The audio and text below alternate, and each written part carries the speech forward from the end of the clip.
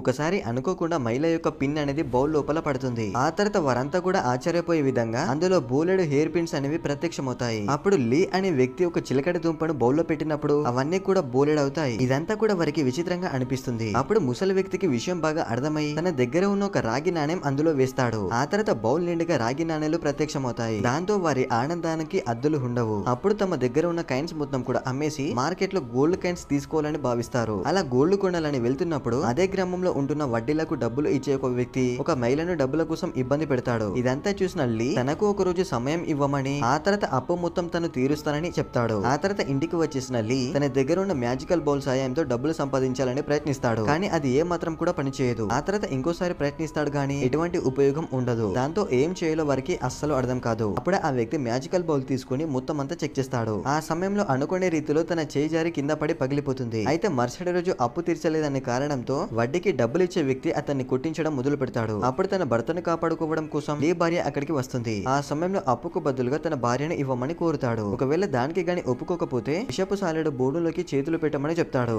అయితే తన భార్యను వేరొకరికి ఇవ్వడం ఇష్టం లేని లీ తన ప్రాణాలను పణంగా పెట్టి విషపు సాలెడు బోన్లోకి చేతులు పెడతాడు.